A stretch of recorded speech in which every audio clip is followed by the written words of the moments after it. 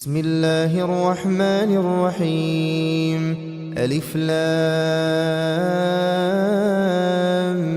ميم. ذلك الكتاب لا ريب فيه هدى للمتقين الذين يؤمنون بالغيب ويقيمون الصلاة ومما رزقناهم ينفقون والذين يؤمنون بما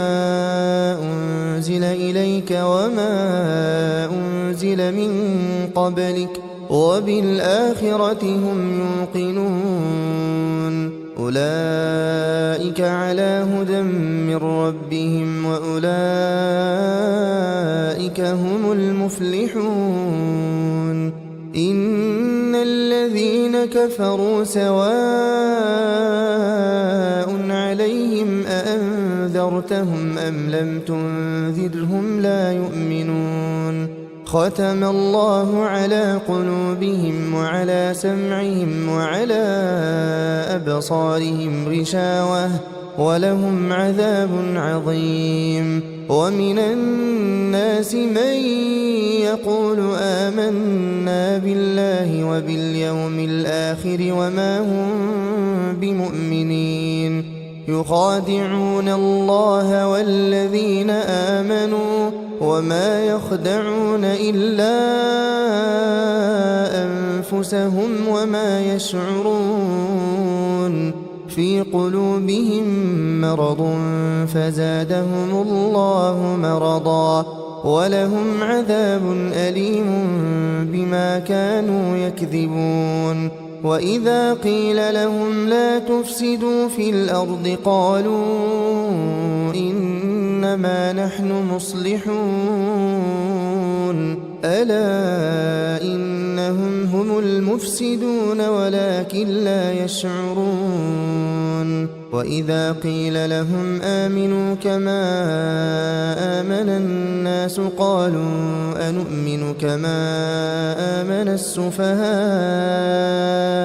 ألا إنهم هم السفهاء ولكن لا يعلمون. وإذا لقوا الذين آمنوا قالوا آمنا وإذا خلوا إلى شياطينهم قالوا إنا معكم إنما نحن مستهزئون. الله يستهزئ بهم ويمدهم في طغيانهم يعمهون. أولئك الذين اشتروا الضلالة بالهدى فما ربحت تجارتهم وما كانوا مهتدين. مثلهم كمثل الذي استوقد نارا فلما أضاءت ما حوله ذهب الله بنورهم وتركهم في ظلمات لا يبصرون. صم بكم عمي فهم لا يرجعون. أو كصيب من السماء فيه ظلمات ورعد وبرق يجعلون أصابعهم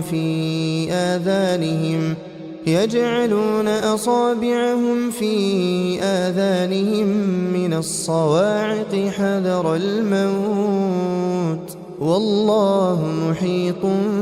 بالكافرين. يكاد البرق يخطف أبصارهم كلما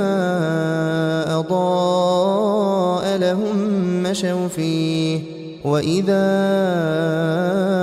أظلم عليهم قاموا ولو شاء الله لذهب بسمعهم وأبصارهم إن الله على كل شيء قدير. يا أيها الناس اعبدوا ربكم الذي خلقكم والذين من قبلكم لعلكم تتقون. الذي جعل لكم الأرض فراشا والسماء بناء وأنزل من السماء ماء فأخرج به من الثمرات رزقا لكم فلا تجعلوا لله أندادا وأنتم تعلمون وإن كنتم في ريب مما نزلنا على عبدنا فأتوا بسورة من مثله وادعوا شهداءكم من دون الله إن كنتم صادقين فإن لم تفعلوا ولن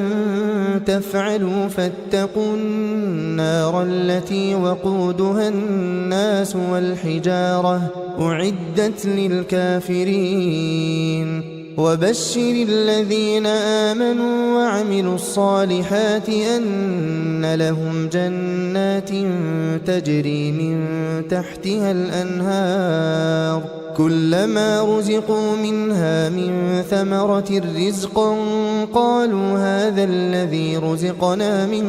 قبل وأتوا به متشابها ولهم فيها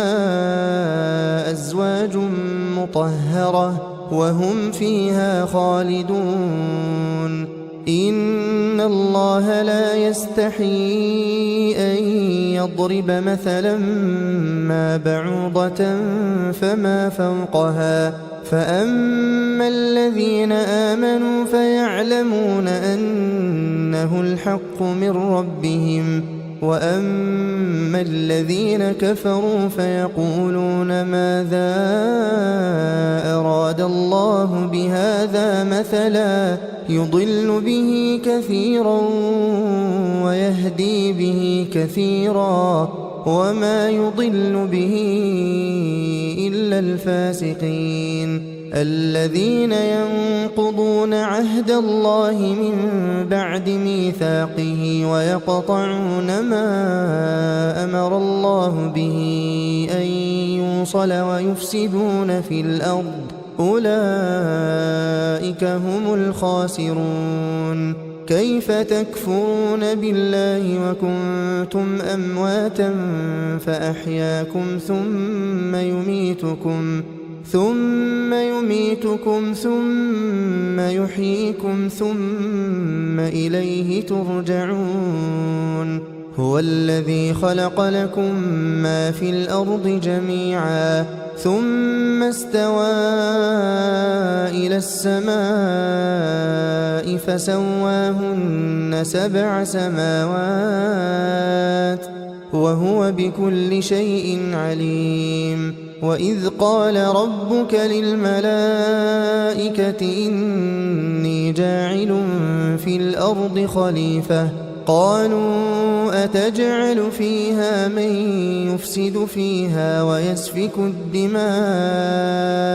ونحن نسبح بحمدك ونقدس لك قال إني أعلم ما لا تعلمون وعلم آدم الأسماء كلها ثم عرضهم على الملائكة فقال أنبئوني بأسماء هؤلاء إن كنتم صادقين قالوا سبحانك لا علم لنا إلا ما علمتنا إنك أنت العليم الحكيم قال يا آدم أنبئهم بأسمائهم فلما أنبأهم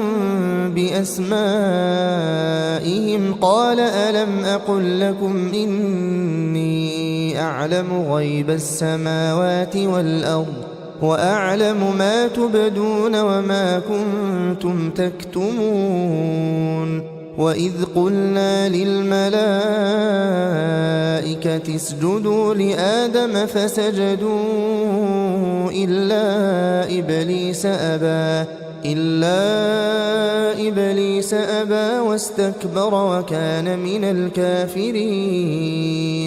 وقلنا يا آدم اسكن أنت وزوجك الجنة وكلا منها رغدا حيث شئتما ولا تقربا هذه الشجرة فتكونا من الظالمين فأزلهما الشيطان عنها فأخرجهما مما كانا فيه وقلنا اهبطوا بعضكم لبعض عدو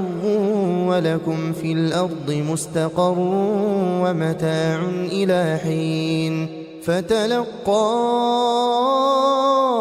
آدم من ربه كلمات فتاب عليه إنه هو التواب الرحيم قلنا اهبطوا منها جميعا فإما يأتينكم مني هدى فمن تبع هداي فلا خوف عليهم ولا هم يحزنون والذين كفروا وكذبوا بآياتنا أولئك أصحاب النار هم فيها خالدون يا بني إسرائيل اذكروا نعمتي التي أنعمت عليكم وأوفوا بعهدي أوف بعهدكم وإياي فارهبون وآمنوا بما أنزلت مصدقا لما معكم ولا تكونوا أول كافر به ولا تشتروا بآياتي ثمنا قليلا وإياي فاتقون ولا تلبسوا الحق بالباطل وتكتموا الحق وأنتم تعلمون وأقيموا الصلاة وآتوا الزكاة واركعوا مع الراكعين أتأمرون الناس بالبر وتنسون أنفسكم وأنتم تتلون الكتاب أفلا تعقلون واستعينوا بالصبر والصلاة وإنها لكبيرة إلا على الخاشعين الذين يظنون أنهم ملاقو ربهم وأنهم إليه راجعون يا بني إسرائيل اذكروا نعمتي التي أنعمت عليكم وأني فضلتكم على العالمين واتقوا يوما لا تجزي نفس عن نفس شيئا ولا يقبل منها شفاعة ولا يؤخذ منها عدل ولا هم ينصرون وإذ نجيناكم من آل فرعون يسومونكم سوء العذاب يذبحون أبناءكم ويستحيون نساءكم وفي ذلكم بلاء من ربكم عظيم وإذ فرقنا بكم البحر فأنجيناكم وأغرقنا آل فرعون وأنتم تنظرون وإذ واعدنا موسى 40 ليلة ثم اتخذتم العجل من بعده وأنتم ظالمون ثم عفونا عنكم من بعد ذلك لعلكم تشكرون وإذ آتينا موسى الكتاب والفرقان لعلكم تهتدون وإذ قال موسى لقومه يا قوم إنكم ظلمتم أنفسكم باتخاذكم العجل فتوبوا إلى بارئكم فاقتلوا أنفسكم ذلكم خير لكم عند بارئكم فتاب عليكم إنه هو التواب الرحيم. وإذ قلتم يا موسى لن نؤمن لك حتى نرى الله جهرة فأخذتكم الصاعقة وأنتم تنظرون ثم بعثناكم من بعد موتكم لعلكم تشكرون وظللنا عليكم الغمام وأنزلنا عليكم المن والسلوى كلوا من طيبات ما رزقناكم وما ظلمونا ولكن كانوا أنفسهم يظلمون. وإذ قلنا ادخلوا هذه القرية فكلوا منها حيث شئتم رغدا وادخلوا الباب سجدا وقولوا حطة نغفر لكم خطاياكم وسنزيد المحسنين. فبدل الذين ظلموا قولا غير الذي قيل لهم فأنزلنا على الذين ظلموا رجزا من السماء بما كانوا يفسقون. وإذ استسقى موسى لقومه فقلنا اضرب بعصاك الحجر فانفجرت منه 12 عينا قد علم كل أناس مشربهم كلوا واشربوا من رزق الله ولا تعثوا في الأرض مفسدين. وإذ قلتم يا موسى لن نصبر على طعام واحد فادع لنا ربك يخرج لنا مما تنبت الأرض من بقلها وقثائها وفومها وعدسها وبصلها قال أتستبدلون الذي هو أدنى بالذي هو خير اهبطوا مصرا فإن لكم ما سألتم وضربت عليهم الذلة والمسكنة وباءوا بغضب من الله ذلك بأنهم كانوا يكفرون بآيات الله ويقتلون النبيين بغير الحق ذلك بما عصوا وكانوا يعتدون. إن الذين آمنوا والذين هادوا والنصارى والصابئين من آمن بالله واليوم الآخر وعمل صالحا فلهم أجرهم عند ربهم ولا خوف عليهم ولا هم يحزنون. وإذ أخذنا ميثاقكم ورفعنا فوقكم الطور خذوا ما آتيناكم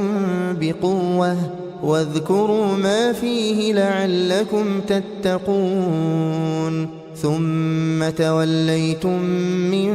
بعد ذلك فلولا فضل الله عليكم ورحمته لكنتم من الخاسرين. ولقد علمتم الذين اعتدوا منكم في السبت فقلنا لهم كونوا قردة خاسئين فجعلناها نكالا لما بين يديها وما خلفها وموعظة للمتقين. وإذ قال موسى لقومه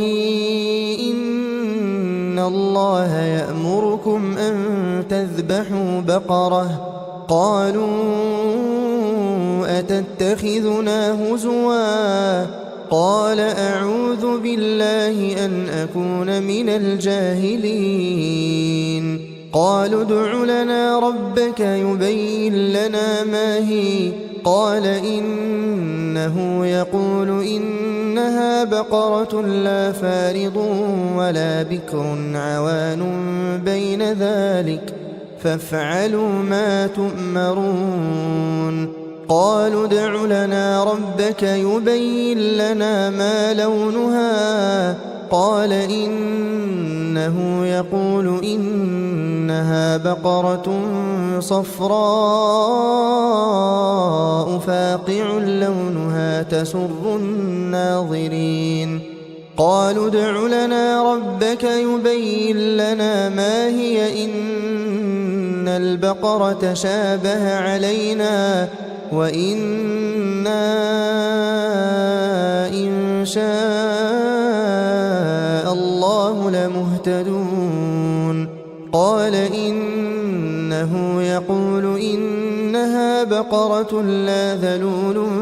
تثير الأرض ولا تسقي الحرث مسلمة لا شية فيها قالوا الآن جئت بالحق فذبحوها وما كادوا يفعلون وإذ قتلتم نفسا فادارأتم فيها والله مخرج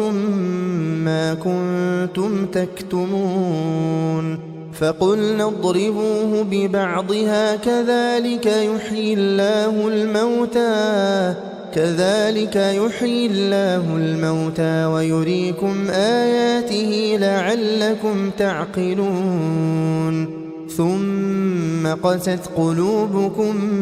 من بعد ذلك فهي كالحجارة أو أشد قسوة وإن من الحجارة لما يتفجر منه الأنهار وإن منها لما يشقق فيخرج منه الماء وإن منها لما يهبط من خشية الله وما الله بغافل عما تعملون أفتطمعون أن يؤمنوا لكم وقد كان فريق منهم يسمعون كلام الله ثم يحرفونه من بعد ما عقلوه وهم يعلمون وإذا لقوا الذين آمنوا قالوا آمنا وإذا خلا بعضهم إلى بعض قالوا أتحدثونهم بما فتح الله عليكم ليحاجوكم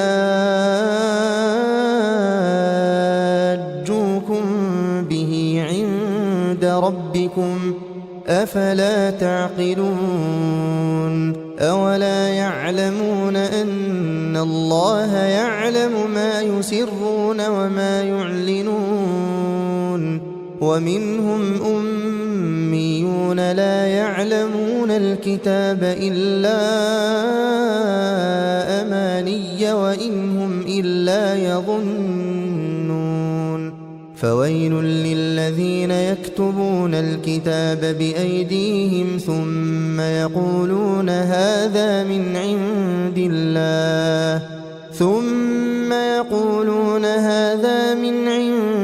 الله ليشتروا به ثمنا قليلا فويل لهم مما كتبت أيديهم وويل لهم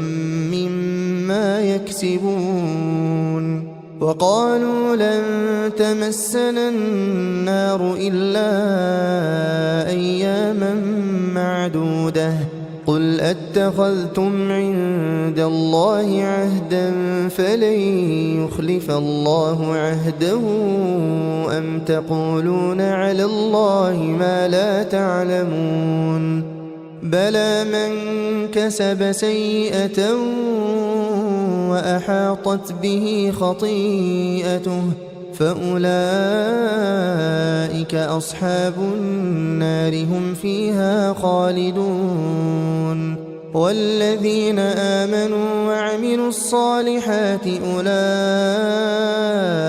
أصحاب الجنة هم فيها خالدون. وإذ أخذنا ميثاق بني إسرائيل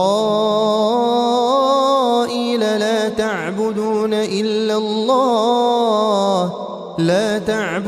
إلا الله وبالوالدين إحسانا وذي القربى واليتامى والمساكين وقولوا للناس حسنا وأقيموا الصلاة وآتوا الزكاة ثم توليتم إلا قليلا منكم وأنتم معرضون. وإذ أخذنا ميثاقكم لا تسفكون دماءكم ولا تخرجون أنفسكم من دياركم ثم أقررتم وأنتم تشهدون ثم أنتم هؤلاء تقتلون أنفسكم وتخرجون فريقا منكم من ديارهم تظاهرون عليهم بالإثم والعدوان وإن يأتوكم أسارى تفادوهم وهو محرم عليكم إخراجهم أفتؤمنون ببعض الكتاب وتكفرون ببعض فما جزاء من يفعل ذلك منكم إلا خزي في الحياة الدنيا ويوم القيامة يردون إلى أشد العذاب وما الله بغافل عما تعملون. أولئك الذين اشتروا الحياة الدنيا بالآخرة فلا يخفف عنهم العذاب ولا هم ينصرون. ولقد آتينا موسى الكتاب وقفينا من بعده بالرسل وآتينا عيسى ابن مريم البينات وأيدناه بروح القدس أفكلما جاءكم رسول بما لا تهوى أنفسكم استكبرتم ففريقا كذبتم وفريقا تقتلون. وقالوا قلوبنا غلف بل لعنهم الله بكفرهم فقليلا ما يؤمنون. ولما جاءهم كتاب من عند الله مصدق لما معهم وكانوا من قبل يستفتحون على الذين كفروا فلما جاءهم ما عرفوا كفروا به فلعنة الله على الكافرين. بئس ما اشتروا به أنفسهم أن يكفروا بما أنزل الله بغيا أن ينزل الله من فضله على من يشاء من عباده فباءوا بغضب على غضب وللكافرين عذاب مهين. وإذا قيل لهم آمنوا بما أنزل الله قالوا نؤمن بما أنزل علينا ويكفرون بما وراءه وهو الحق مصدقا لما معهم قل فلم تقتلون أنبياء الله من قبل إن كنتم مؤمنين. ولقد جاءكم موسى بالبينات ثم اتخذتم العجل من بعده وأنتم ظالمون. وإذ أخذنا ميثاقكم ورفعنا فوقكم الطور خذوا ما آتيناكم بقوة واسمعوا قالوا سمعنا وعصينا وأشربوا في قلوبهم العجل بكفرهم قل بئس ما يأمركم به إيمانكم إن كنتم مؤمنين قل إن كانت لكم الدار الآخرة عند الله خالصة من دون الناس فتمنوا الموت إن كنتم صادقين ولن يتمنوه أبدا بما قدمت أيديهم والله عليم بالظالمين ولتجدنهم أحرص الناس على حياة ومن الذين أشركوا يود أحدهم لو يعمر 1000 سنة وما هو بمزحزحه من العذاب أن يعمر والله بصير بما يعملون قل من كان عدوا لجبريل فإنه نزله على قلبك بإذن الله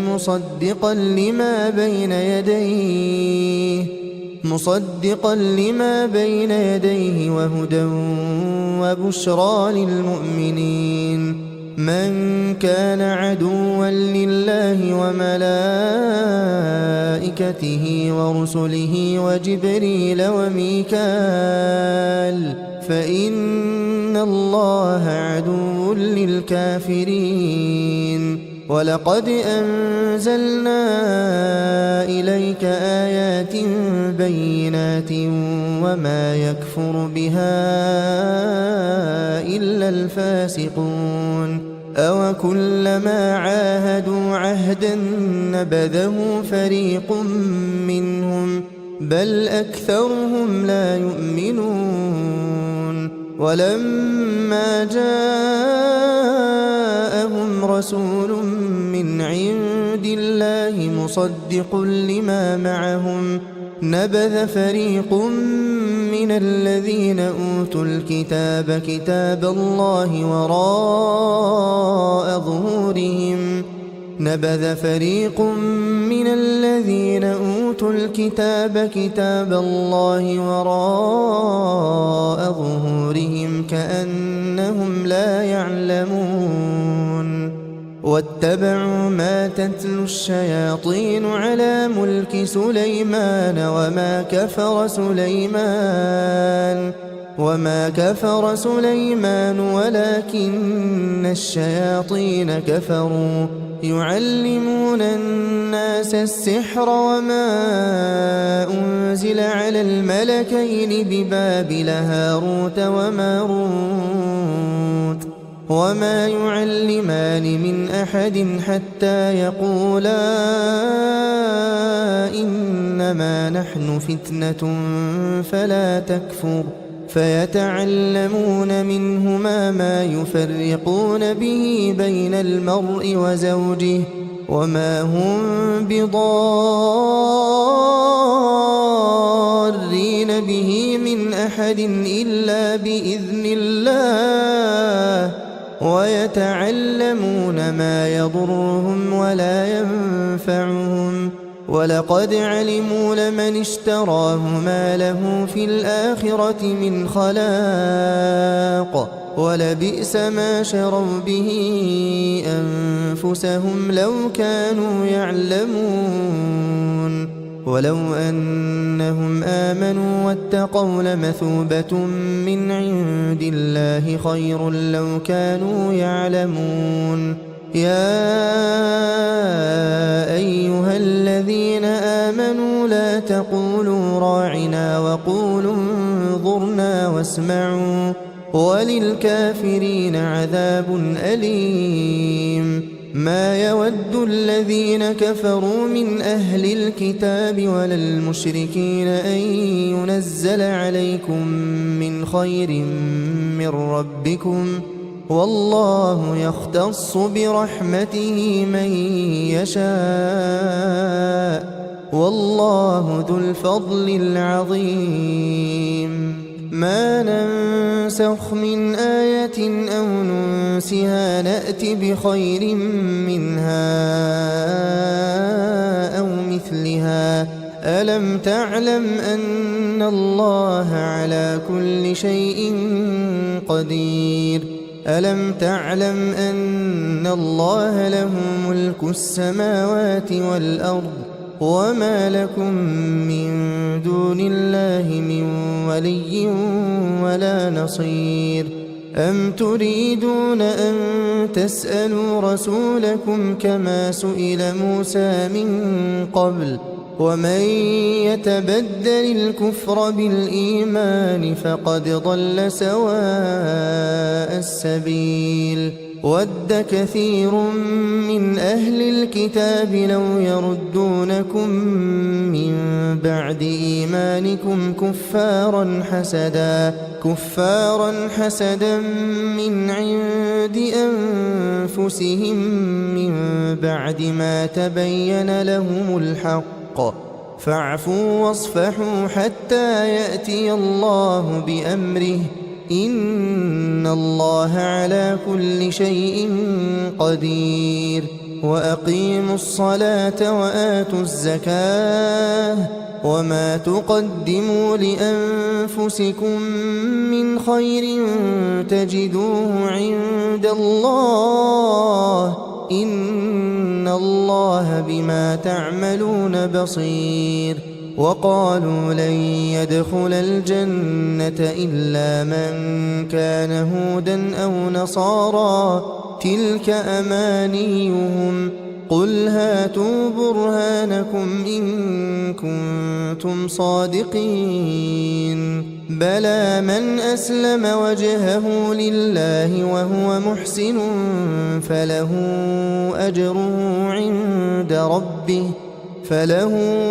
أجره عند ربه ولا خوف عليهم ولا هم يحزنون وقالت اليهود ليست النصارى على شيء وقالت النصارى ليست اليهود على شيء وهم يتلون الكتاب كذلك قال الذين لا يعلمون مثل قولهم فالله يحكم بينهم يوم القيامة فيما كانوا فيه يختلفون ومن أظلم ممن منع مساجد الله أن يذكر فيها اسمه وسعى في خرابها أولئك ما كان لهم أن يدخلوها إلا خائفين لهم في الدنيا خزي ولهم في الآخرة عذاب عظيم ولله المشرق والمغرب فأينما تولوا فثم وجه الله إن الله واسع عليم وقالوا اتخذ الله ولدا سبحانه بل له ما في السماوات والأرض كل له قانتون بديع السماوات والأرض وإذا قضى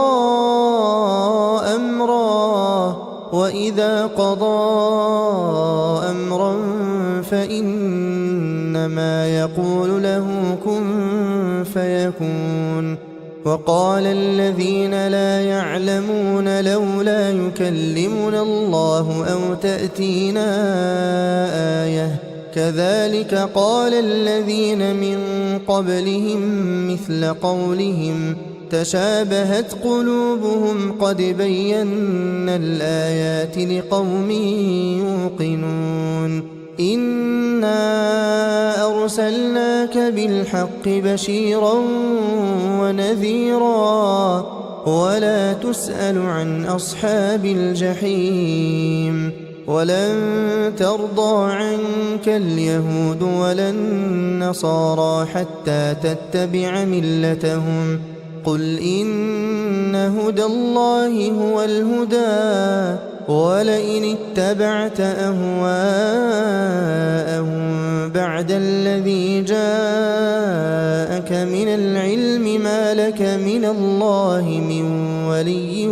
ولا نصير الذين آتيناهم الكتاب يتلونه حق تلاوته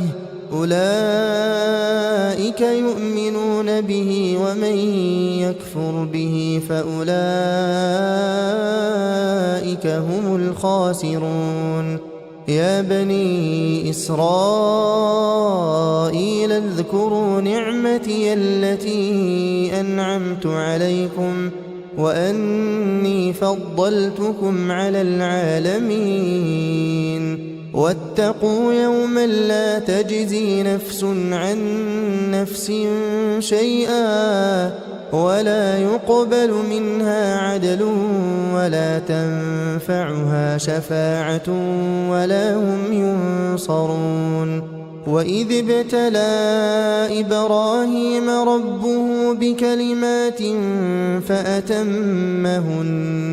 قال إني جاعلك للناس إماما قال ومن ذريتي قال لا ينال عهد الظالمين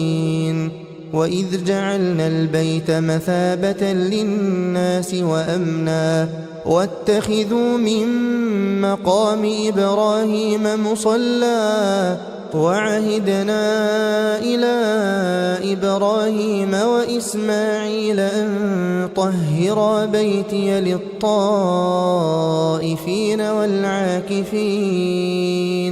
للطائفين والعاكفين والركع السجود وإذ قال إبراهيم رب اجعل هذا بلدا آمنا وارزق أهله من الثمرات من آمن منهم بالله واليوم الآخر قال ومن كفر فأمتعه قليلا ثم أضطره إلى عذاب النار وبئس المصير وإذ يرفع إبراهيم القواعد من البيت وإسماعيل ربنا تقبل منا إنك أنت السميع العليم ربنا واجعلنا مسلمين لك ومن ذريتنا أمة مسلمة لك وأرنا مناسكنا وتب علينا إنك أنت التواب الرحيم ربنا وابعث فيهم رسولا منهم يتلو عليهم آياتك ويعلمهم الكتاب والحكمة ويزكيهم إنك أنت العزيز الحكيم ومن يرغب عن ملة إبراهيم إلا من سفه نفسه ولقد اصطفيناه في الدنيا وإنه في الآخرة لمن الصالحين إذ قال له ربه أسلم قال أسلمت لرب العالمين ووصى بها إبراهيم بنيه ويعقوب يا بني إن الله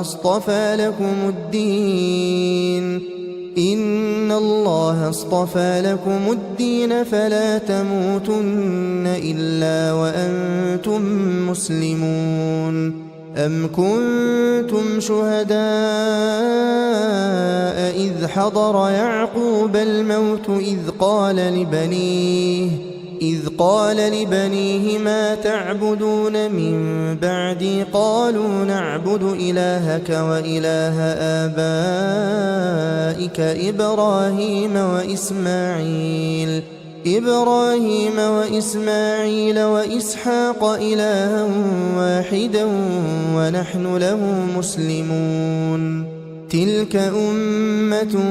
قد خلت لها ما كسبت ولكم ما كسبتم ولا تسألون عما كانوا يعملون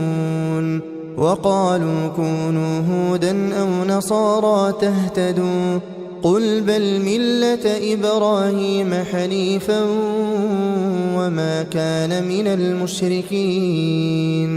قولوا آمنا بالله وما أنزل إلينا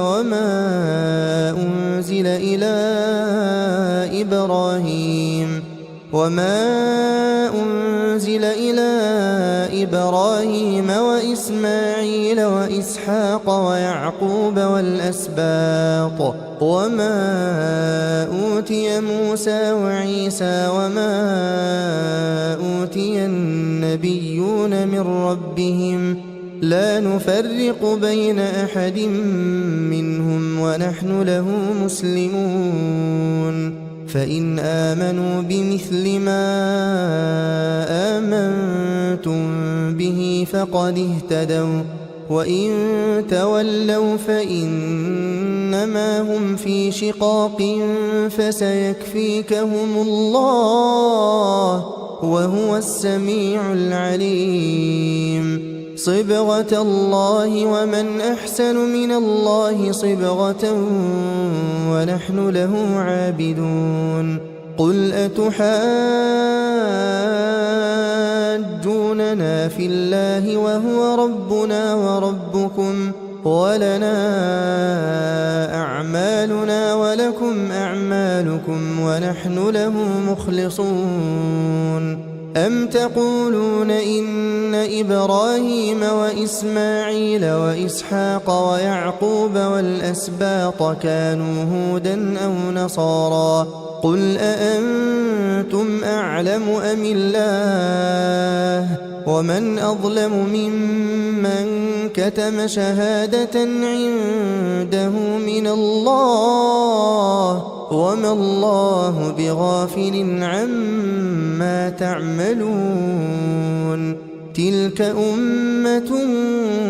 قد خلت لها ما كسبت ولكم ما كسبتم ولا تسألون عما كانوا يعملون سيقول السفهاء من الناس ما ولاهم عن قبلتهم التي كانوا عليها قل لله المشرق والمغرب يهدي من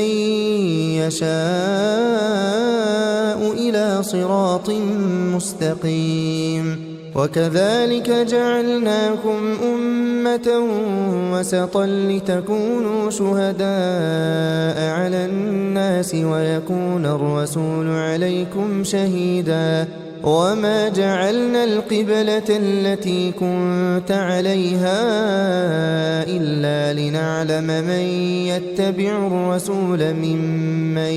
ينقلب على عقبيه وإن كانت لكبيرة إلا على الذين هدى الله وما كان الله ليضيع إيمانكم إن الله بالناس لرؤوف رحيم قد نرى تقلب وجهك في السماء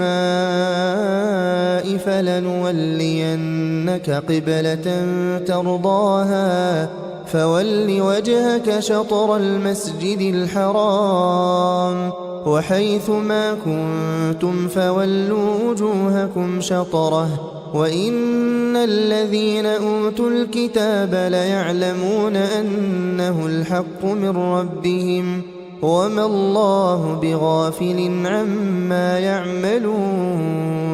ولئن أتيت الذين أوتوا الكتاب بكل آية ما تبعوا قبلتك وما أنت بتابع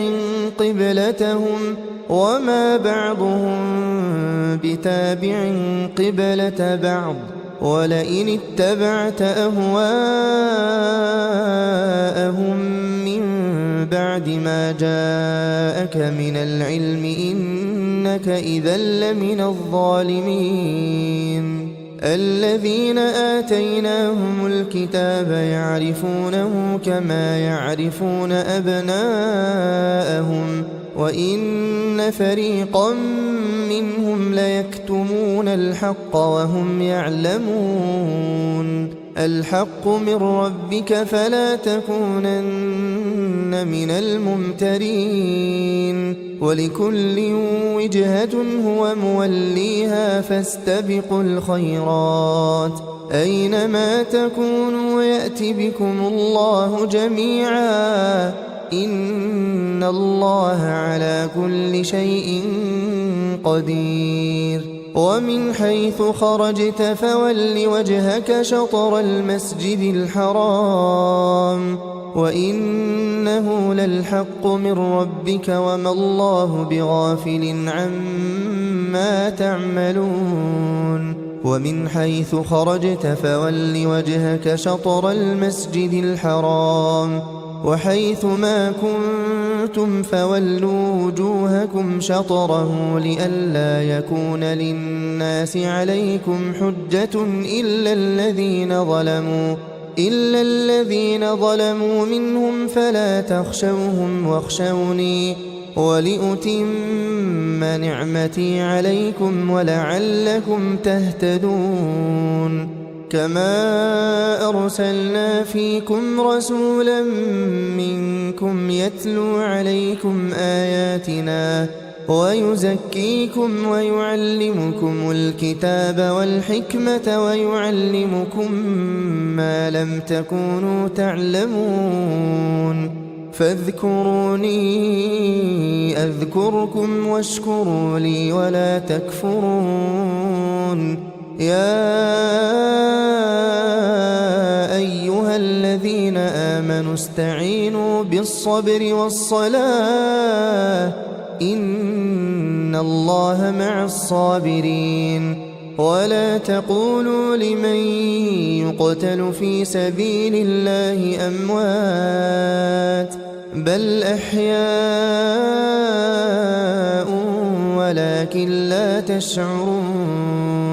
ولنبلونكم بشيء من الخوف والجوع ونقص من الأموال والأنفس والثمرات وبشر الصابرين الذين إذا أصابتهم مصيبة قالوا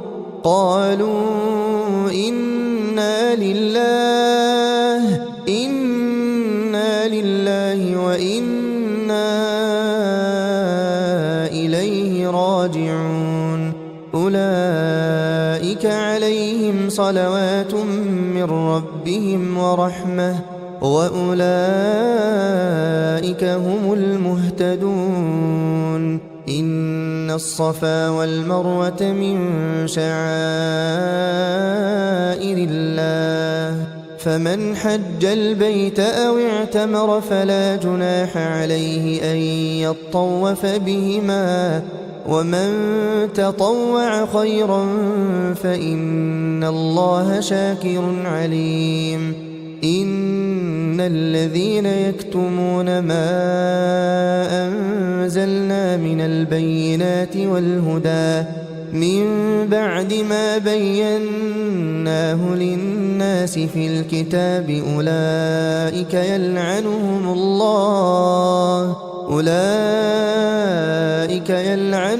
الله ويلعنهم اللاعنون إلا الذين تابوا وأصلحوا وبينوا فأولئك أتوب عليهم وأنا التواب الرحيم إن الذين كفروا وماتوا وهم كفار أولئك عليهم لعنة الله والملائكة والناس أجمعين خالدين فيها لا يخفف عنهم العذاب ولا هم ينظرون وإلهكم إله واحد لا إله إلا هو الرحمن الرحيم إن في خلق السماوات والأرض واختلاف الليل والنهار والفلك التي تجري في البحر بما ينفع الناس وما أنزل الله من السماء من ماء فأحيا به الأرض بعد موتها وبث فيها من كل دابة وتصريف الرياح والسحاب المسخر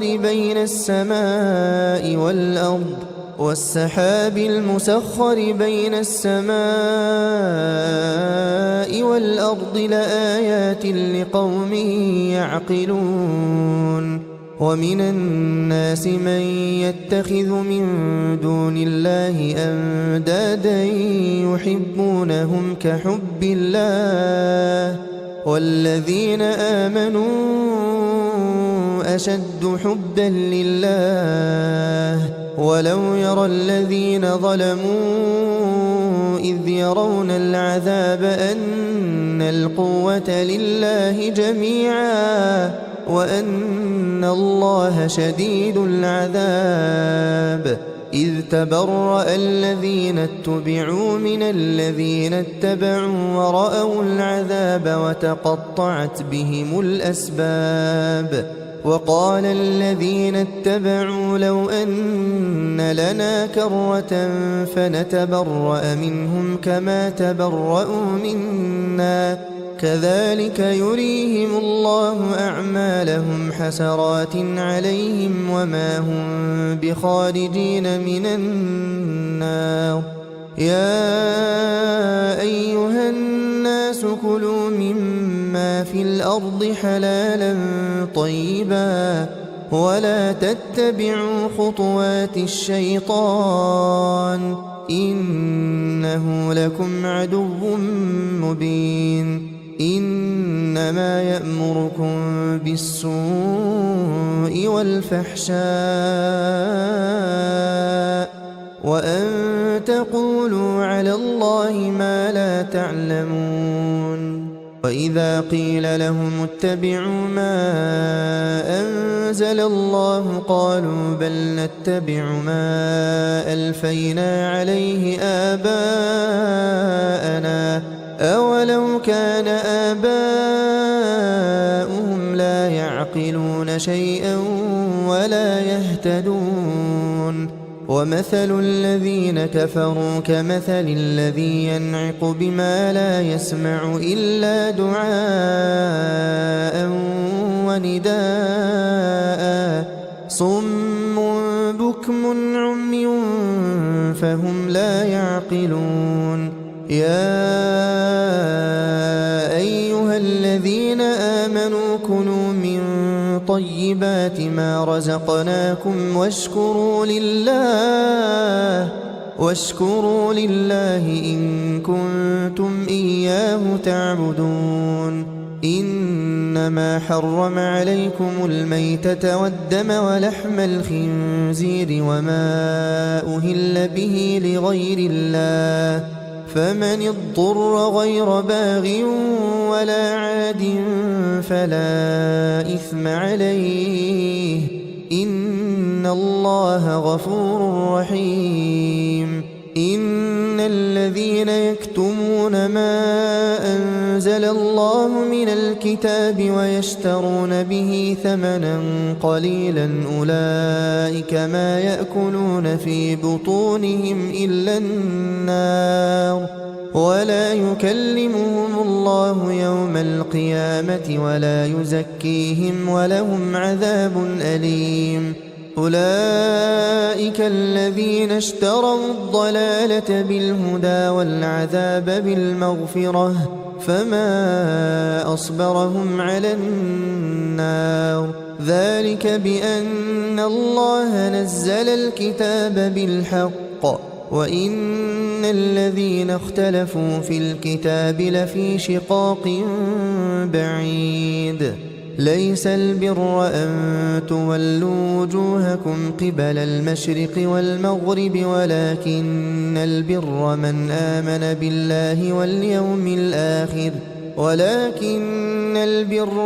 آمن بالله واليوم الآخر والملائكة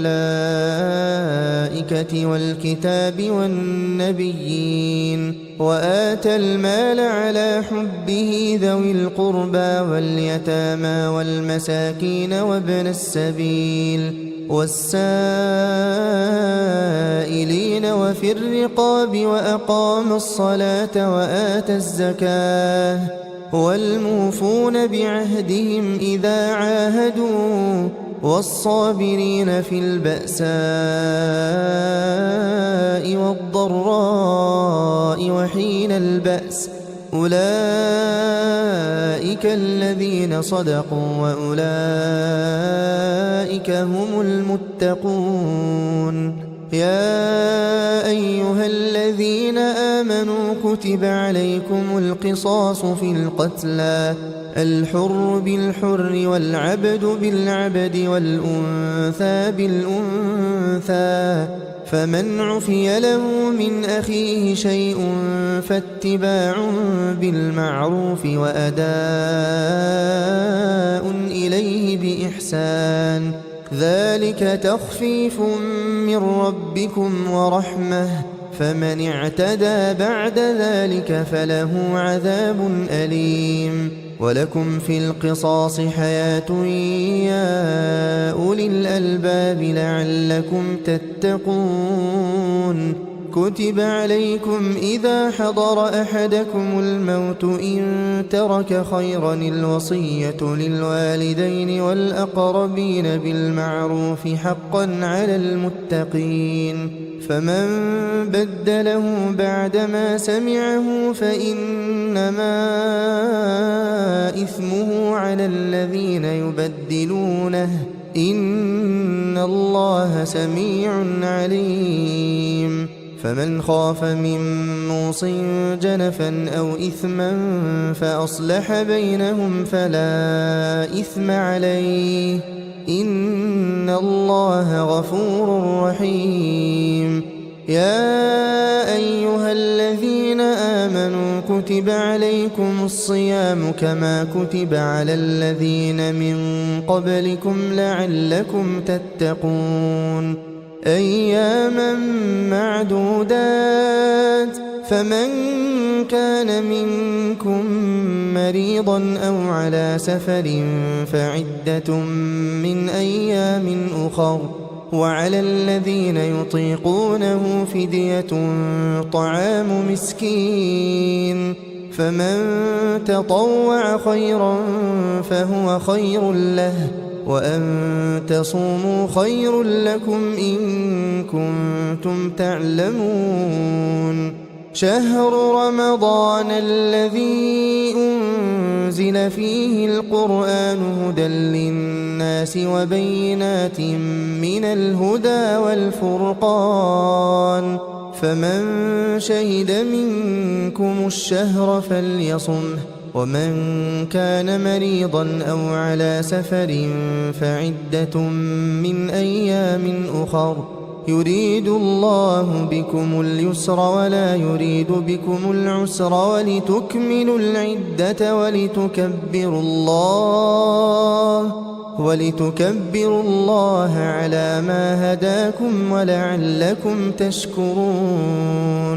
وإذا سألك عبادي عني فإني قريب أجيب دعوة الداع إذا دعان فليستجيبوا لي وليؤمنوا بي لعلهم يرشدون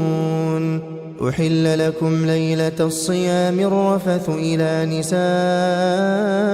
نسائكم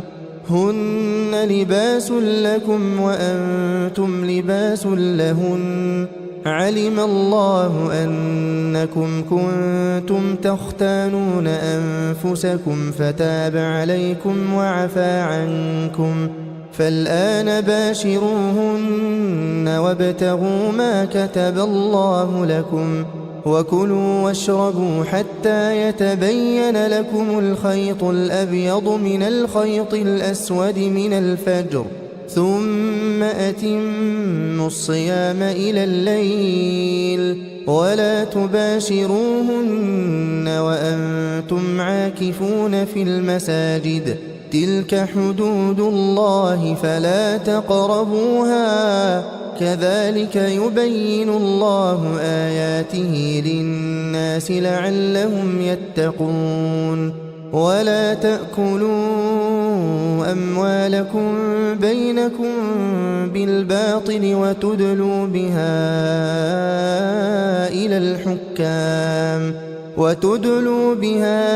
إلى الحكام لتأكلوا فريقا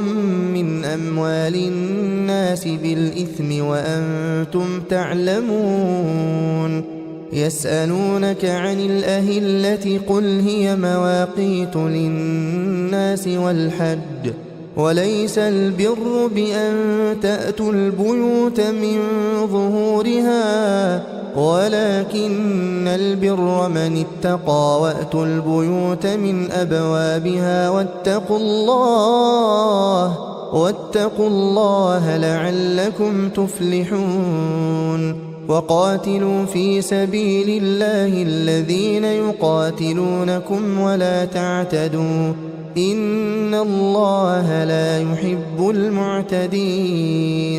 واقتلوهم حيث ثقفتموهم وأخرجوهم من حيث أخرجوكم والفتنة أشد من القتل ولا تقاتلوهم عند المسجد الحرام حتى يقاتلوكم فيه فإن قاتلوكم فاقتلوهم كذلك جزاء الكافرين فإن انتهوا فإن الله غفور رحيم وقاتلوهم حتى لا تكون فتنة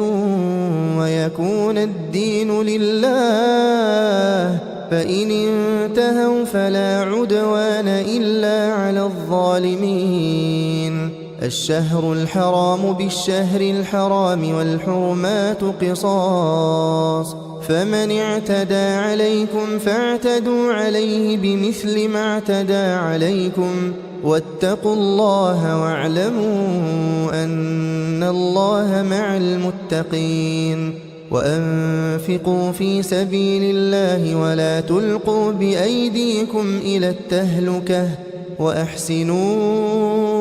إن الله يحب المحسنين وأتموا الحج والعمرة لله فإن أحصرتم فما استيسر من الهدي ولا تحلقوا رؤوسكم حتى يبلغ الهدي محله فمن كان منكم مريضا أو به أذى من رأسه ففدية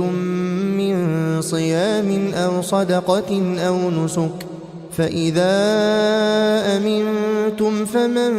تمتع بالعمرة إلى الحج فما استيسر من الهدي فمن لم يجد فصيام 3 أيام في الحج و7 إذا رجعتم تلك 10 كاملة ذلك لمن لم يكن أهله حاضر المسجد الحرام واتقوا الله واعلموا أن الله شديد العقاب الحج أشهر معلومات فمن فرض فيهن الحج فلا رفث ولا فسوق ولا جدال في الحج وما تفعلوا من خير يعلمه الله وتزودوا فإن خير الزاد التقوى واتقون يا أولي الألباب. ليس عليكم جناح أن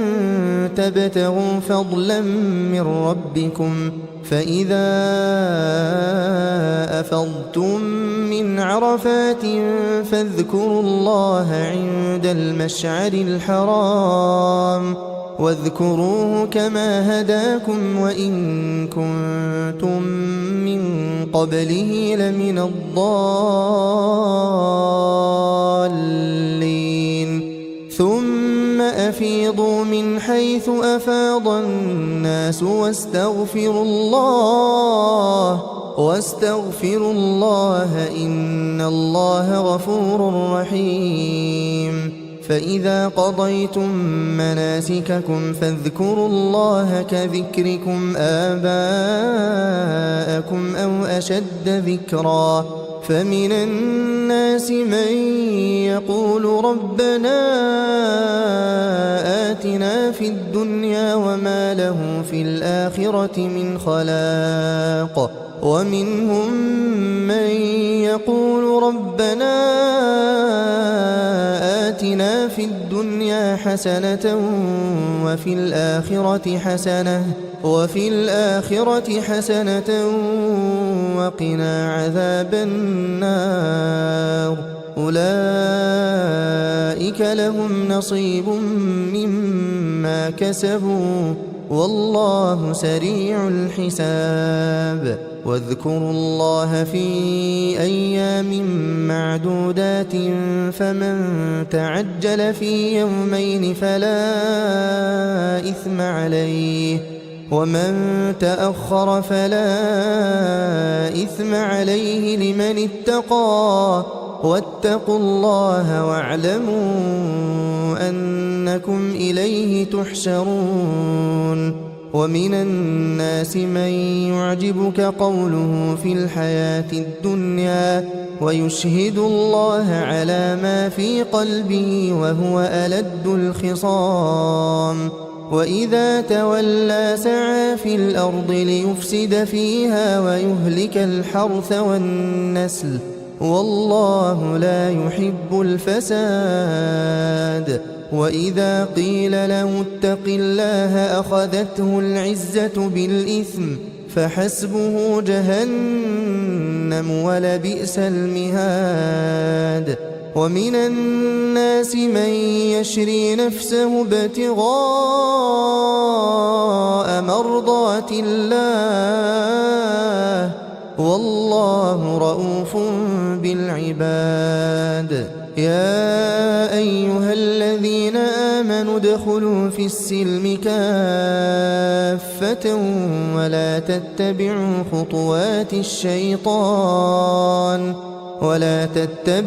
خطوات الشيطان إنه لكم عدو مبين. فإن زللتم من بعد ما جاءتكم البينات فاعلموا أن الله عزيز حكيم. هل ينظرون إلا أن يأتيهم الله في ظلل من الغمام والملائكة وقضي الأمر وإلى الله ترجع الأمور. سل بني إسرائيل كم آتيناهم من آية بينة ومن يبدل نعمة الله من بعد ما جاءته فإن الله شديد العقاب. زين للذين كفروا الحياة الدنيا ويسخرون من الذين آمنوا والذين اتقوا فوقهم يوم القيامة والله يرزق من يشاء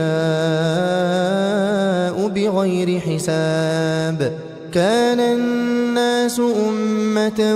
واحدة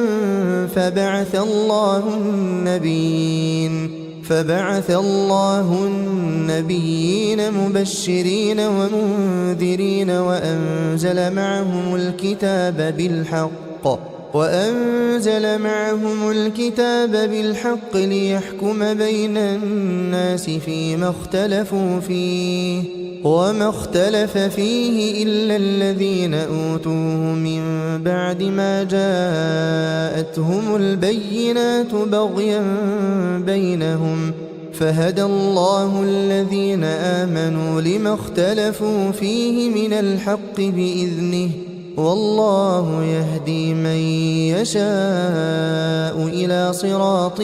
مستقيم. أم حسبتم أن تدخلوا الجنة ولما يأتكم مثل الذين خلوا من قبلكم مستهم البأساء والضراء وزلزلوا حتى يقول الرسول والذين آمنوا معه متى نصر الله ألا إن نصر الله قريب. يسألونك ماذا ينفقون قل ما أنفقتم من خير فللوالدين والأقربين واليتامى والمساكين وابن السبيل وما تفعلوا من خير فإن الله به عليم. كتب عليكم القتال وهو كره لكم وعسى أن تكرهوا شيئا وهو خير لكم وعسى أن تحبوا شيئا وهو شر لكم والله يعلم وأنتم لا تعلمون. يسألونك عن الشهر الحرام قتال فيه قل قتال فيه كبير وصد عن سبيل الله وكفر به والمسجد الحرام وإخراج أهله منه أكبر عند الله والفتنة أكبر من القتل ولا يزالون يقاتلونكم حتى يردوكم عن دينكم إن استطاعوا ومن يرتدد منكم عن دينه فيمت وهو كافر فأولئك حبطت أعمالهم في الدنيا والآخرة وأولئك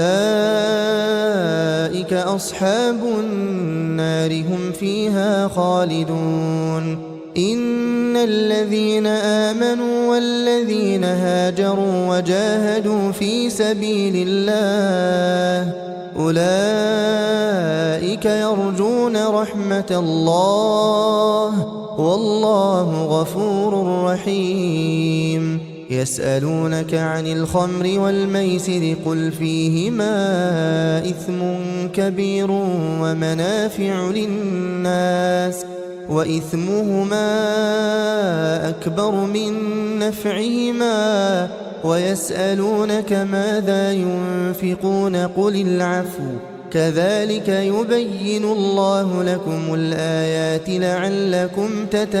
تتفكرون في الدنيا والآخرة. ويسألونك عن اليتامى قل إصلاح لهم خير وإن تخالطوهم فإخوانكم والله يعلم المفسد من المصلح ولو شاء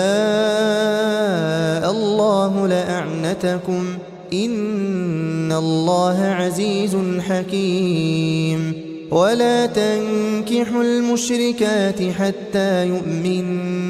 ولأمة مؤمنة خير من مشركة ولو أعجبتكم ولا تنكحوا المشركين حتى يؤمنوا ولعبد مؤمن خير من مشرك ولو أعجبكم أولئك يدعون إلى النار والله يدعو إلى الجنة والمغفرة بإذنه ويبين آياته للناس لعلهم يتذكرون.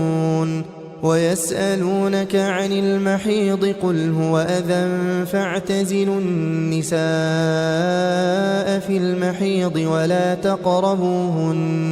ولا تقربوهن حتى يطهرن فإذا تطهرن فأتوهن من حيث أمركم الله إن الله يحب التوابين ويحب المتطهرين نساؤكم حرث لكم فأتوا حرثكم أنى شئتم وقدموا لأنفسكم واتقوا الله واعلموا أنكم ملاقوه وبشر المؤمنين ولا تجعلوا الله عرضة لأيمانكم أن تبروا وتتقوا وتصلحوا بين الناس والله سميع عليم لا يؤاخذكم الله باللغو في أيمانكم ولكن يؤاخذكم بما كسبت قلوبكم والله غفور حليم للذين يؤلون من نسائهم تربص 4 أشهر فإن فاءوا فإن الله غفور رحيم وإن عزموا الطلاق فإن الله سميع عليم والمطلقات يتربصن بأنفسهن 3 قروء ولا يحل لهن أن يكتمن ما خلق الله في أرحامهن إن كن يؤمن بالله واليوم الآخر وبعولتهن أحق بردهن في ذلك إن أرادوا إصلاحا ولهن مثل الذي عليهن بالمعروف وللرجال عليهن درجة والله عزيز حكيم الطلاق 2 فإمساك بمعروف أو تسريح بإحسان ولا يحل لكم أن تأخذوا مما آتيتموهن شيئا إلا أن يخافا ألا يقيما حدود الله فإن خفتم ألا يقيما حدود الله فلا جناح عليهما فيما افتدت به تلك حدود الله فلا تعتدوها ومن يتعد حدود الله فأولئك هم الظالمون فإن طلقها فلا تحل له من بعد حتى تنكح زوجا غيره فإن طلقها فلا جناح عليهما أن يتراجعا إن ظنا أن يقيما حدود الله وتلك حدود الله يبينها لقوم يعلمون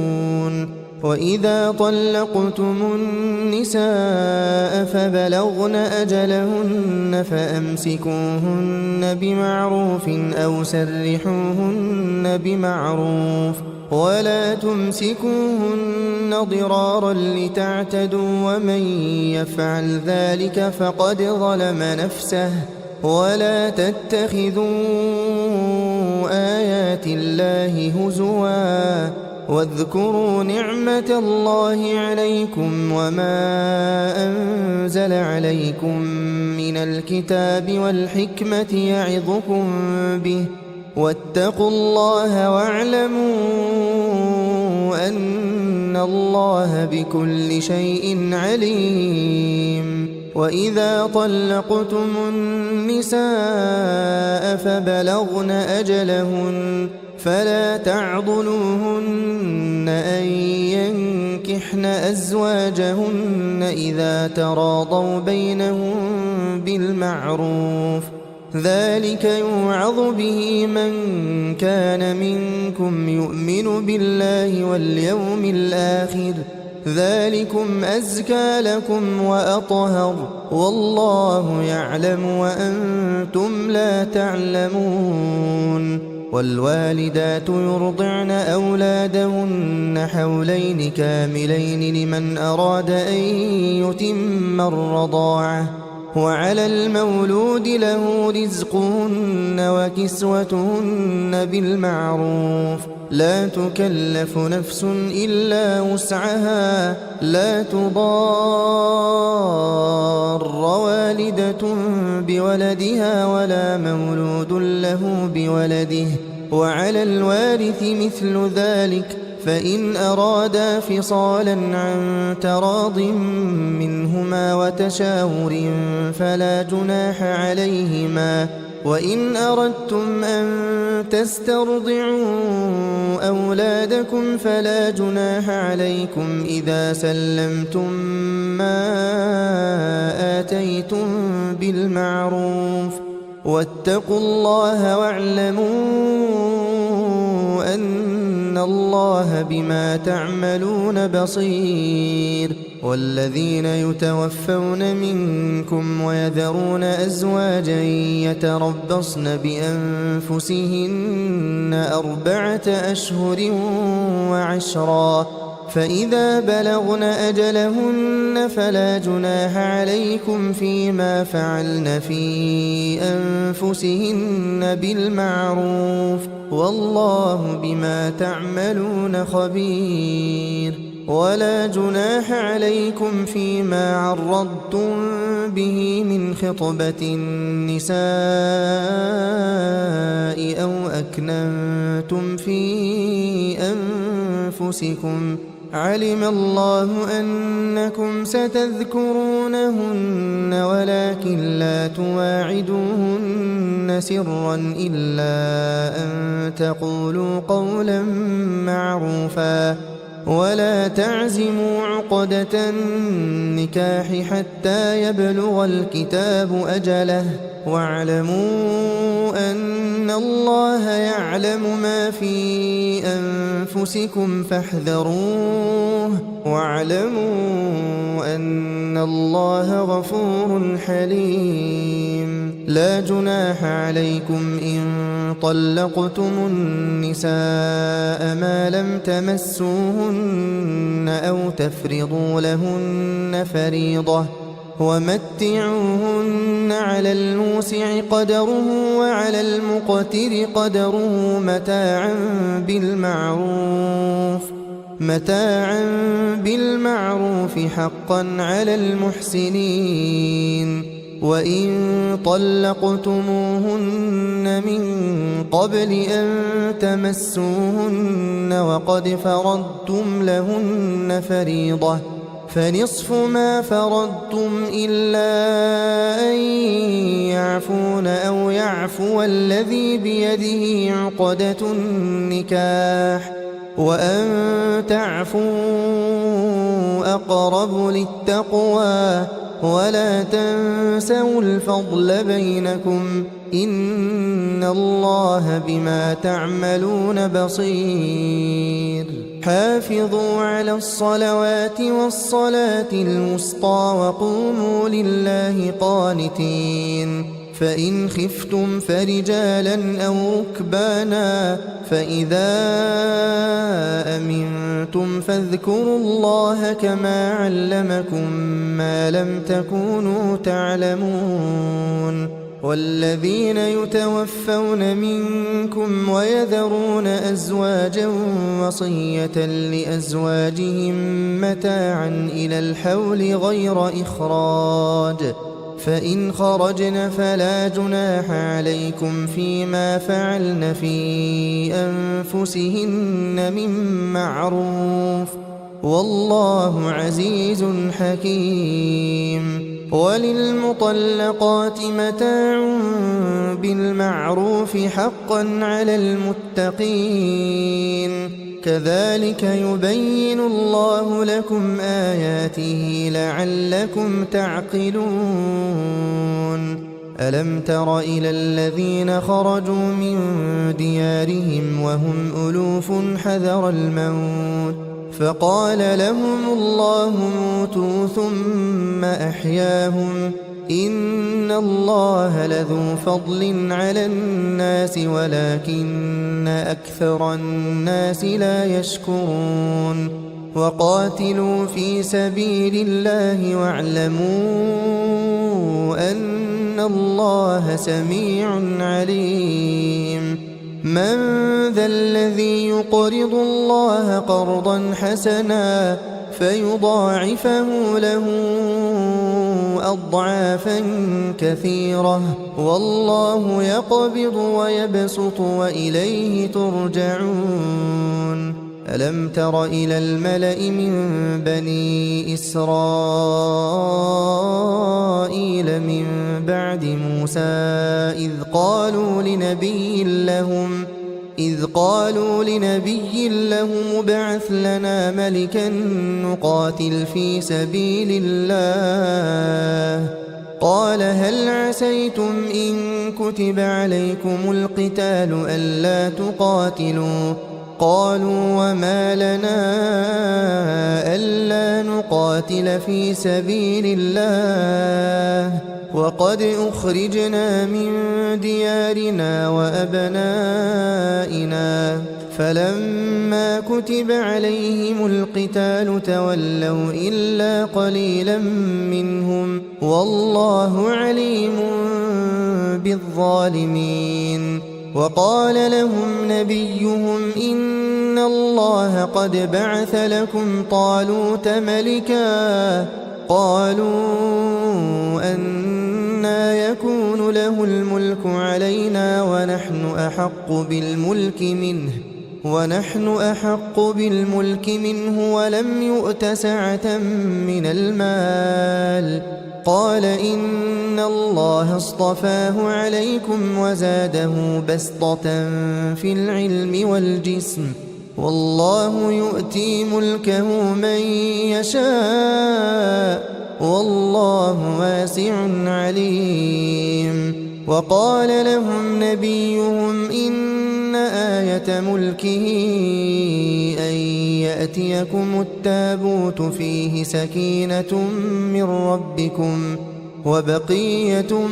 مما ترك آل موسى وآل هارون تحمله الملائكة إن في ذلك لآية لكم إن كنتم مؤمنين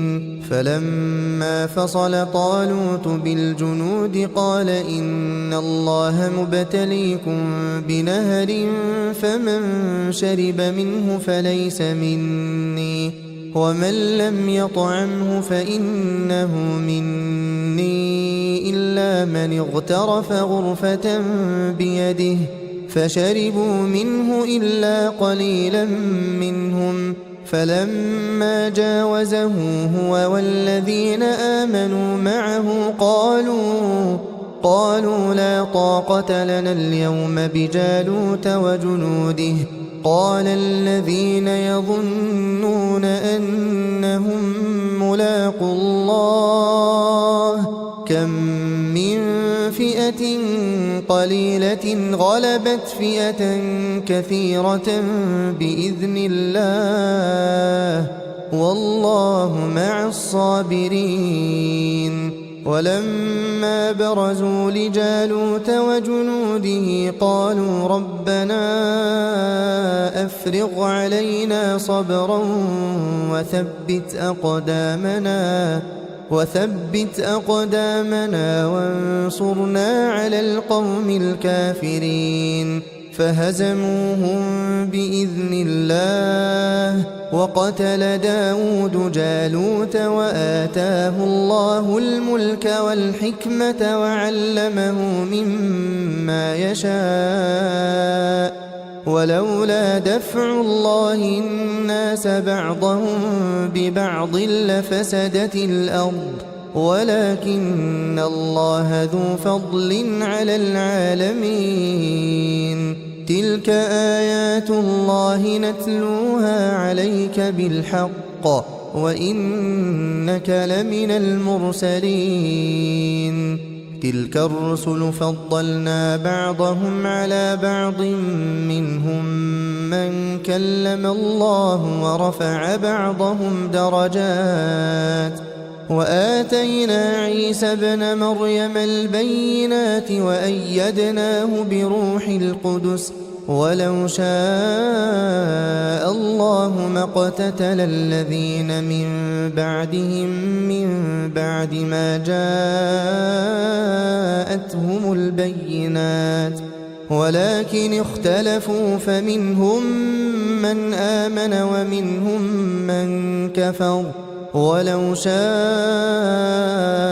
الله ما اقتتلوا ولكن الله يفعل ما يريد يا أيها الذين آمنوا أنفقوا مما رزقناكم من قبل أن يأتي يوم لا بيع فيه ولا خلة ولا شفاعة والكافرون هم الظالمون الله لا إله إلا هو الحي القيوم لا تأخذه سنة ولا نوم له ما في السماوات وما في الأرض من ذا الذي يشفع عنده إلا بإذنه يعلم ما بين أيديهم وما خلفهم ولا يحيطون بشيء من علمه إلا بما شاء وسع كرسيه السماوات والأرض ولا يؤوده حفظهما وهو العلي العظيم لا إكراه في الدين قد تبين الرشد من الغي فمن يكفر بالطاغوت ويؤمن بالله فقد استمسك بالعروة الوثقى لا انفصام لها والله سميع عليم الله ولي الذين آمنوا يخرجهم من الظلمات إلى النور والذين كفروا أولياؤهم الطاغوت يخرجونهم من النور إلى الظلمات أولئك أصحاب النار هم فيها خالدون ألم تر إلى الذي حاج إبراهيم في ربه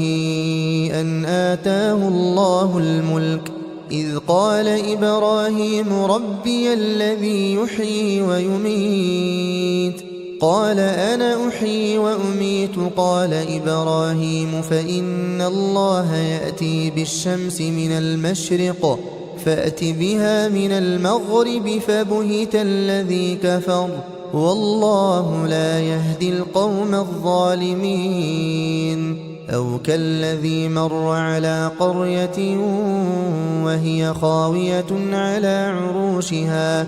قال أنى يحيي هذه الله بعد موتها فأماته الله 100 عام ثم بعثه قال كم لبثت قال لبثت يوما أو بعض يوم قال بل لبثت 100 عام فانظر إلى طعامك وشرابك لم يتسنه وانظر إلى حمارك ولنجعلك آية للناس وانظر إلى العظام كيف ننشزها ثم نكسوها لحما فلما تبين له قال أعلم أن الله على كل شيء قدير وإذ قال إبراهيم رب أرني كيف تحيي الموتى قال أولم تؤمن قال بلى ولكن ليطمئن قلبي قال فخذ 4 من الطير فصرهن إليك ثم اجعل على كل جبل منهن جزءا ثم ادعهن يأتينك سعيا واعلم أن الله عزيز حكيم مثل الذين ينفقون أموالهم في سبيل الله كمثل حبة أنبتت 7 سنابل في كل سنبلة 100 حبة والله يضاعف لمن يشاء والله واسع عليم الذين ينفقون أموالهم في سبيل الله ثم لا يتبعون ما أنفقوا منا ولا أذى لهم أجرهم عند ربهم ولا خوف عليهم ولا هم يحزنون قول معروف ومغفرة خير من صدقة يتبعها أذى والله غني حليم يا أيها الذين آمنوا لا تبطلوا صدقاتكم بالمن والأذى كالذي ينفق ماله رئاء الناس ولا يؤمن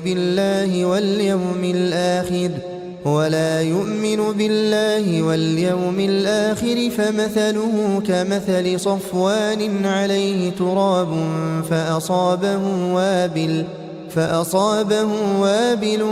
فتركه صلدا لا يقدرون على شيء مما كسبوا والله لا يهدي القوم الكافرين ومثل الذين ينفقون أموالهم ابتغاء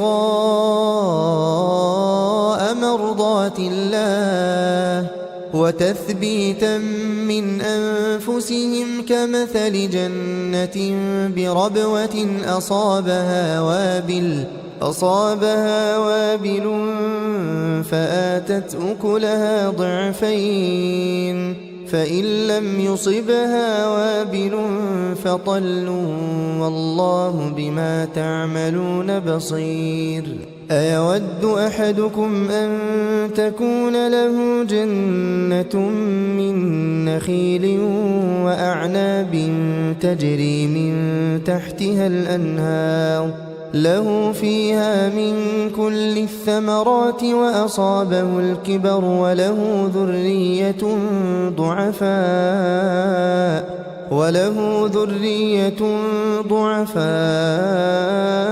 فأصابها إعصار فيه نار فاحترقت كذلك يبين الله لكم الآيات لعلكم تتفكرون يا أيها الذين آمنوا أنفقوا من طيبات ما كسبتم ومما أخرجنا لكم من الأرض ولا تيمموا الخبيث منه تنفقون ولستم بآخذيه إلا أن تغمضوا فيه واعلموا أن الله غني حميد الشيطان يعدكم الفقر ويأمركم بالفحشاء والله يعدكم مغفرة منه وفضلا والله واسع عليم يؤتي الحكمة من يشاء ومن يؤت الحكمة فقد أوتي خيرا كثيرا وما يذكر إلا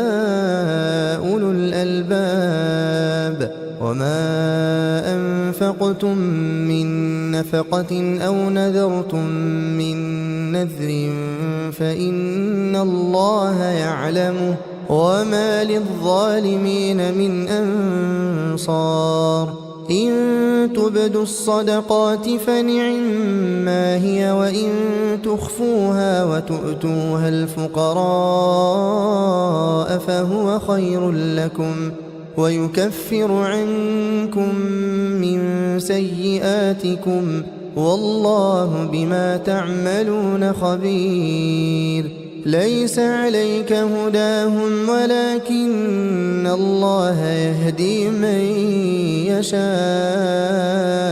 وما تنفقوا من خير فلأنفسكم وما تنفقون إلا ابتغاء وجه الله وما تنفقوا من خير يوفى إليكم وأنتم لا تظلمون للفقراء الذين أحصروا في سبيل الله لا يستطيعون ضربا في الأرض يحسبهم الجاهل أغنياء من التعفف تعرفهم بسيماهم لا يسألون الناس إلحافا وما تنفقوا من خير فإن الله به عليم الذين ينفقون أموالهم بالليل والنهار سرا وعلانية فلهم أجرهم عند ربهم ولا خوف عليهم ولا هم يحزنون الذين يأكلون الربا لا يقومون إلا كما يقوم الذي يتخبطه الشيطان من المس ذلك بأنهم قالوا إنما البيع مثل الربا وأحل الله البيع وحرم الربا فمن جاءه موعظة من ربه فانتهى فله ما سلف وأمره إلى الله ومن عاد فأولئك أصحاب النار هم فيها خالدون يمحق الله الربا ويربي الصدقات والله لا يحب كل كفار أثيم إن الذين آمنوا وعملوا الصالحات وأقاموا الصلاة وآتوا الزكاة لهم أجرهم عند ربهم ولا خوف عليهم ولا هم يحزنون يا أيها الذين آمنوا اتقوا الله وذروا ما بقي من الربا إن كنتم مؤمنين فإن لم تفعلوا فأذنوا بحرب من الله ورسوله وإن تبتم فلكم رؤوس أموالكم لا تظلمون ولا تظلمون وإن كان ذو عسرة فنظرة إلى ميسرة وأن تصدقوا خير لكم إن كنتم تعلمون واتقوا يوما ترجعون فيه إلى الله ثم توفى كل نفس ما كسبت وهم لا يظلمون يا أيها الذين آمنوا إذا تداينتم بدين إلى أجل مسمى فاكتبوه وليكتب بينكم كاتب بالعدل ولا يأب كاتب أن يكتب كما علمه الله فليكتب وليملل الذي عليه الحق وليتق الله ربه ولا يبخس منه شيئا، فإن كان الذي عليه الحق سفيها أو ضعيفا أو لا يستطيع أن يمل هو فليملل وليه بالعدل، واستشهدوا شهيدين من رجالكم فإن لم يكونا رجلين فرجل وامرأتان ممن ترضون من الشهداء أن تضل إحداهما فتذكر إحداهما الأخرى، ولا يأبى الشهداء إذا ما دعوا، ولا تسأموا أن تكتبوه صغيرا أو كبيرا إلى أجله، ذلكم أقسط عند الله وأقوم للشهادة وأدنى ألا ترتابوا، إلا أن تكون تجارة حاضرة تديرونها بينكم فليس عليكم جناح ألا تكتبوها، وأشهدوا إذا تبايعتم، ولا يضار كاتب ولا شهيد، وإن تفعلوا فإنه فسوق بكم، واتقوا الله ويعلمكم الله والله بكل شيء عليم. وإن كنتم على سفر ولم تجدوا كاتبا فرهان مقبوضة، فإن أمن بعضكم بعضا فليؤدي الذي اؤتمن أمانته وليتق الله ربه ولا تكتموا الشهادة، ومن يكتمها فإنه آثم قلبه والله بما تعملون عليم. لله ما في السماوات وما في الأرض، وإن تبدوا ما في أنفسكم أو تخفوه يحاسبكم به الله فيغفر لمن يشاء ويعذب من يشاء، والله على كل شيء قدير. آمن الرسول بما أنزل إليه من ربه والمؤمنون كل آمن بالله وملائكته وكتبه ورسله لا نفرق بين أحد من رسله، وقالوا سمعنا وأطعنا غفرانك ربنا وإليك المصير. لا يكلف الله نفسا إلا وسعها، لها ما كسبت وعليها ما اكتسبت. ربنا لا تؤاخذنا إن نسينا أو أخطأنا، ربنا ولا تحمل علينا إصرا كما حملته على الذين من قبلنا، ربنا ولا تحملنا ما لا طاقة لنا به واعف عنا واغفر لنا وارحمنا، أنت مولانا فانصرنا على القوم الكافرين.